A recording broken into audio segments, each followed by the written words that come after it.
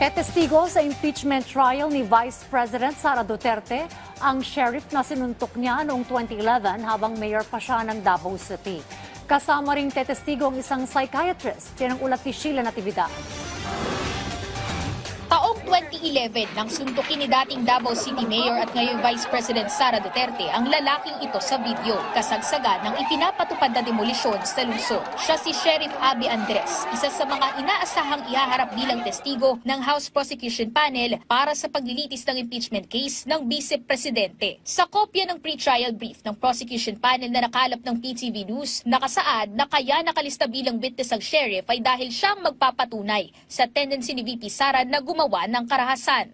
Without going too much into the strategy, into the merits, and to the weight of the evidence, but let me clarify that under the rules, it is allowed to present evidence to establish behavioral pattern, to establish propensity of a person to resort to violence, for example. So these are all allowed under the rules.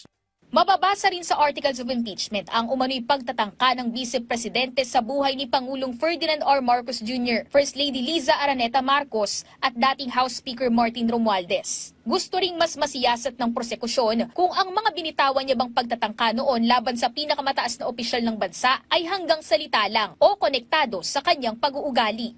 Actions and words, yung sabi ni Attorney Jay, actions and words are very apparent insofar as the Vice President is concerned. When she's angry, she gets too volatile.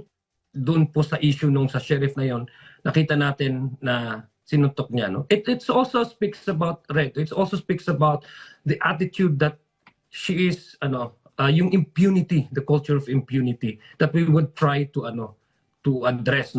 Dagdag pa ni Adyong, hindi pribilehiyo ang pagkakaroon ng mataas na posisyon sa gobyerno para kumilos ng hindi naaayon dito. Kalakip-an niya nito ang prinsipyong walang sinumang nakaaangat sa batas. Bukod sa sheriff, isa rin sa reserve witnesses ang isang psychiatrist. Ito ay para patunayan ang kalagayan ng pag-iisip ng Vice Presidente at ang kakayahan niyang totohanin ang kanyang pagbabanta. Ayon sa prosekusyon, makapagpapatibay din ito sa isinagawang investigasyon ng National Bureau of Investigation na hindi manipulado ang video ni VP Sara na pagmumura at pagbabanta laban sa Pangulo at miyembro ng pamilya nito. Bagamat dismayado ang prosecution panel na hindi na isailalim sa marking of exhibits ang BIR box na maaaring naglalaman ng mga dokumentong magiging mahalaga para sa paglilitis sa July 6 matapos itong tanggihan ng kampo ni VP Duterte, kumpiyansa naman silang maipresenta ito sa mismong trial matapos nilang magsumite sa impeachment court ng written request para buksan ang nasabing kahon na nakadepende sa defense team ang magiging kasagutan. Ayon na rin ito sa direktiba ng clerk of court.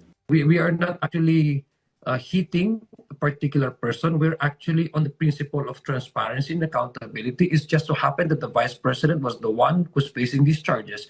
The one that is actually talking here is the Constitution. Sheila Natividad, para sa Bayan.